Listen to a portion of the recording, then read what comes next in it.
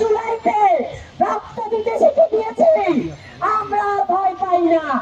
এই জন্য ভয় পাই না, হাদি সাইদ মুগ্ধ আমাদেরকে শিখিয়ে দিয়েছে কিভাবে রাজপথে প্রতিবাদ করতে হয়। আমি আপনাদের কাছে উদাত্ত আহ্বান করতে চাই, কতটুকু কি করেছেন প্রশাসনিক ভাবে জবাব চাই।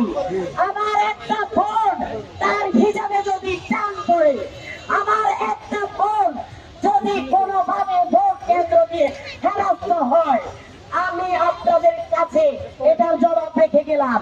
ধন্যবাদ সবাইকে, আপনারা আমাদের সাথে থাকবেন। নারায়ে তাকবীর, 11 দলীয় জোট আমরা বিজয় করে নিয়ে আসবো। আজকে আপনারা দেখেছেন আমাদের বাংলাদেশ জামাত ইসলামী মহিলা বিভাগ ফেনীর শহর শাখার উদ্যোগে একটি বিক্ষোভ মিছিল করেছে। মিছিলের উদ্দেশ্য ছিল, আপনারা ইতিমধ্যে লক্ষ্য করেছেন, ত্রয়োদশ জাতীয় সংসদ নির্বাচনের তফসিল ঘোষণার পরে প্রতীক বরাদ্দ দেওয়া হয়েছে নির্বাচন কমিশনের পক্ষ থেকে। প্রতীক পাওয়ার পরই সারা দেশব্যাপী বাংলাদেশ জামাত ইসলামীর নেতৃত্বাধীন 11 দলীয় জোট তাদের নির্বাচনী কার্যক্রমের জন্য প্রচারণা চালিয়ে যাচ্ছে।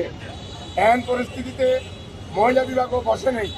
আমাদের মহিলা কর্মীরা দেশের প্রত্যন্ত অঞ্চলে জামাত ইসলামী নেতৃত্বাধীন 11 দলীয় জোটের তথা দাঁড়িপাল্লার পক্ষে, রিকশা মার্কার পক্ষে, ইগলের পক্ষে যখনই ভোট চাওয়ার জন্য বাড়ি বাড়ি, গ্রামে গ্রামে হেঁটে হেঁটে তারা দাওয়াতি কার্যক্রম চালাচ্ছিল, তখনই একটি মহল সন্ত্রাসী চক্র আমাদের বন্ধুর উপর বিভিন্নভাবে নগ্নভাবে হামলা করেছে, কটূক্তি করেছে।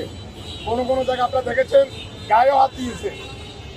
এবং গত পরশু আপনারা দেখেছেন একজন বিধবা মহিলাকে পেটে লাথি মেরেছে।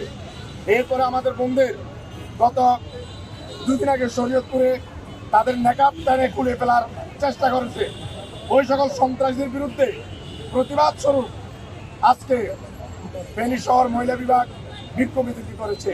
এর মাধ্যমে আমরা দেশবাসীকে জানাতে চাই, সন্ত্রাসী রাস্তা নিয়ে যাবেন ইনশাআল্লাহ।